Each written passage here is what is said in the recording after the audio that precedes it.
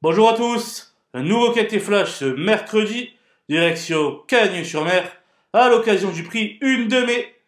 15 chevaux âgés de 8 à 11 ans vont en découdre sur la distance de 2925 mètres, une épreuve dans laquelle l'entraînement de Nicolas Vazir, en forme étincelante, devrait pouvoir se distinguer. Et on voit ça tout de suite avec mon analyse.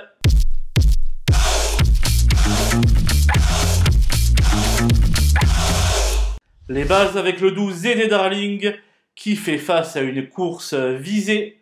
Deuxième du Grand Prix de Noël sur cette piste en fin d'année dernière, c'est assurément le cheval à battre. Le 6 Graal du Trésor n'était pas battu au moment de sa faute.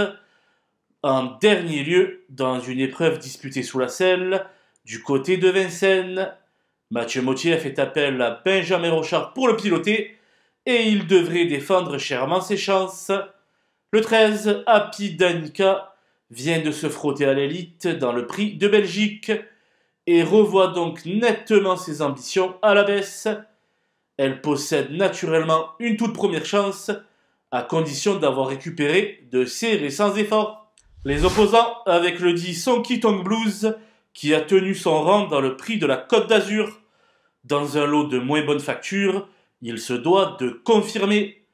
Toujours dans ce prix de la Côte d'Azur, le 8 Gibus et le 7 Jimmy du Pomereux se sont bien comportés en retrait et cette fois-ci ils seront mis en mode course. Tous les deux auront donc des ambitions pour les places.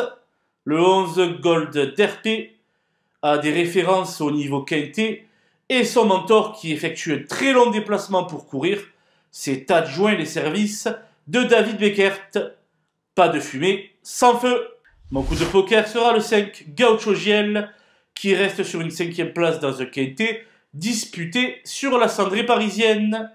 Même si Romuald Maurice a émis des doutes sur sa capacité à briller désormais sur l'anneau cagnois, une place en bout de combinaison n'est pas utopique. Les outsiders avec le 2 Gala de Crène qui a vite pris ses marques sur la Côte d'Azur puisqu'il s'est classé 3e du prix Ourasi. Je n'avais pas la place pour lui, mais il constitue un gros regret, au même titre que le 15 Galbarenja, qui, même s'il n'a plus son lustre d'antan, n'est pas hors d'affaire pour la 4e ou la 5e place. Le 14 Eberton est un intermittent du spectacle, capable du meilleur comme du pire. Ce sera donc une nouvelle fois tout ou rien.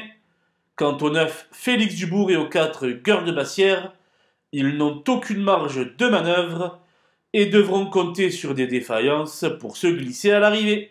J'ai pris des gros risques en écartant Christophe Martens et Yannick Alain-Briand, deux habitués de la Riviera.